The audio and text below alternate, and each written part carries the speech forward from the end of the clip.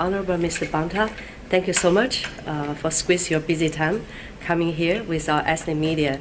My pleasure. When you were at the conference and see so many ethnic medias, what do you want to see for this ethnic medias? Amazing, robust, powerful ethnic media. Honored to be here and grateful for what every member of the ethnic media does for their readers, their followers, their viewers, to inform them about our society, our future, our present, our current events, and folks want to have a media source that they trust and believe in and rely on, and the ethnic media collectively has been that for millions of people. So I want to say thank you. Thank you so much. And we are the organizer of Asian American Stories video contest. We think it's very important we tell our stories in our own way. So this year's theme is My Gift to America. So for you, you are also an Asian American. What's your gift to America? Probably for others to judge that, but I will say that sort of my purpose, my mission, has been one of public service, and so I have hoped to give to the community, to serve the community, to make people's lives better, to make people believe that government works for them and can help address their challenges and deliver solutions and provide a better tomorrow than today.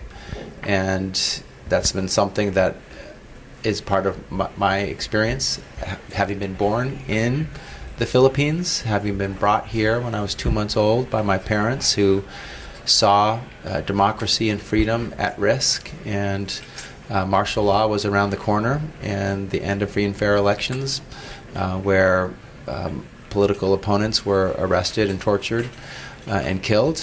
They brought me to California because they wanted something different and something better, a place where there was freedom, where there was democracy, where there was human rights, and there was the rule of law. And so I fought for those things, for people's freedoms, for a robust democracy where people's voices determine where we go next, for the rule of law to be enforced and to govern our society, for people to have due process in their lives and in our legal process. So I hope that some might look back one day and believe that my service is I hope it's received as a gift, because it's how I intend it to be, something to give to others, to make our communities better, make our state and nation better, make people's lives better. Thank you so much. And last, I want to say, Asian American Stories, My Gift to America, just as a jingle we're going to use on our show. Yes. Yeah. Asian American Stories, My Gift to America. You want me to say that? Yes, I want you to say that. Yeah. Asian American Stories, My Gift to America. Thank you. Thank you so much. Thank you. Thank you. So then we are the second one. Yes. So then, Anthony, to general. So that actually, so that my name is Rachel from Sterling TV. So then first of all, so then thank you, thank you so much for for recording the stop hate so that PSA for for our station. So that So then for today, so that actually I have two questions. So that so then would like to get your insights. So then and that will be for the stop hate. So actually we are going to get started. Jenny, we are ready. Yes, but you need to stand on a little bit on the right side. Yeah. Right here? Yeah. Right here? Okay. Let's count. Good. Okay, Yes. so Talk to you, or to us? So then you can so then actually you can just talk to me. Yeah. So then actually my first question, so then that would be like, so then actually in this upcoming election, so then actually so that do you think hate so that will hate be kind of like to amplify in this upcoming election, so that actually are we going to see the history kind of like repeat again, like so maybe in the 2020 or maybe in the 2021, so that actually, so then what's your take on this? I don't know what we're going to see. It depends on what we do next and how leaders lead and what leaders say. And back in 2016, we had a leader, the leader of the free world, the person with the biggest bullhorn on the planet, who was saying hateful things. and racist things and xenophobic things and discriminatory things.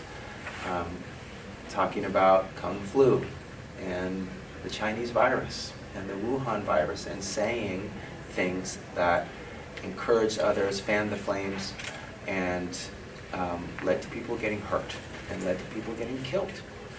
And it was wrong, and it doesn't have to be that way. Nor do we have to listen to leaders that lead with hate, discrimination, racism, and xenophobia. I think that the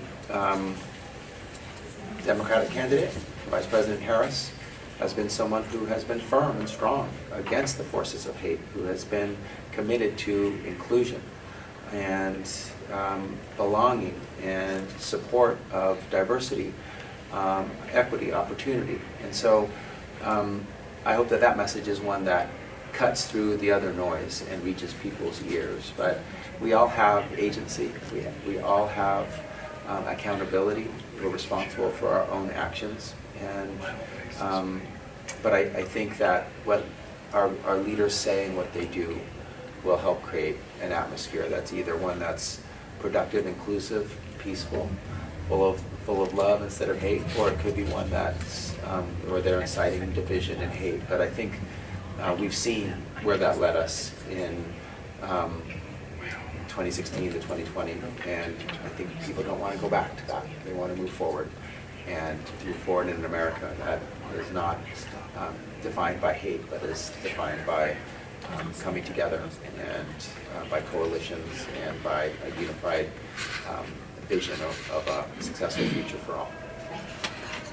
Yeah, so, so then one last so then question. So then, actually from the state level, so then actually what do you think so that we can do so then to make sure so that we are not so going back so then, and we can kind of like so that keep pushing forward the Stop the Hate campaign?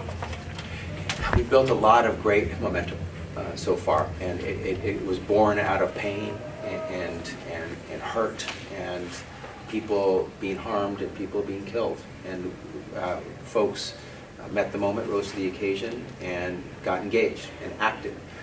The California government invested over $100 million in the Stop the Hate campaign, in nonprofits who are doing the work, who are trusted, who are helping people not be victims of hate crimes, or if they are, helping them heal, making sure that hate crimes are reported and that there's accountability for those who engage in them. So we will continue with that momentum. I think there's a realization that everyone has a role to play. This isn't government's responsibility only. The government has a key, clear role, but also nonprofits and everyday people need to participate in more education, cross-cultural awareness, in making sure that we're reporting out. Prosecutors have a role to prosecute hate crimes when they occur, to investigate them appropriately, identify them appropriately, and folks who love and heal victims have a role as well. So I think there's a unified focus in our state, and I think we will continue to move forward, invest, build the momentum to address the pain of hate crimes and hate incidents, and take on hate deliberately, intentionally, and directly. Great. So, thank you so much. So I appreciate it. Thank you. Thank you. How do you balance keeping the public safe with protecting civil liberties, especially with the challenges we're seeing in areas like surveillance, data privacy, and criminal justice reform? We absolutely have to do both. We have to be committed to both public safety and civil rights and civil liberties. We have to be ambitious enough to believe that we can do both. Every community needs to be safe, every school, neighborhood, every person in California, no one wants to be the victim of a crime, nor should they be. And no one deserves to have their constitutional rights or their civil rights violated. And it is a false choice for those who say either you can be safe, but you have to accept some violations of your civil rights and constitutional rights, or we can honor all your civil rights and constitutional rights, but you're just going to have to accept that a lower level of safety. I reject all that. We can have the highest levels of safety and the highest honoring of our civil rights and civil liberties. And part of that is training. We need to do some things different. Constitutional policing, is an important movement we need to continue to invest in. We've had too many communities for too long being victims of civil rights and constitutional violations systemically. We have pattern and practice cases where we go after police and sheriff's departments that are systemically, consistently violating the Constitution and the civil rights of the communities that they're supposed to serve, and we help them get back on track so that they're both providing public safety and honoring and supporting and protecting the civil rights of the people in their community. So we can do both. We must do both. It will take deliberate, intentional, hard work, but that has to be our goal. And we can never say you can have one, but you must compromise the other. We should always have both. Thank you very much, and I appreciate your time. Thank you. Thank you so much. And maybe at 4:45? Okay. 4:45. Robert, you going to take his mic off? I will. Yes, okay, he's got to go. He's really got to go. So I just appreciate him taking the time to do this. All right, got it perfect. Thank you so much. Stay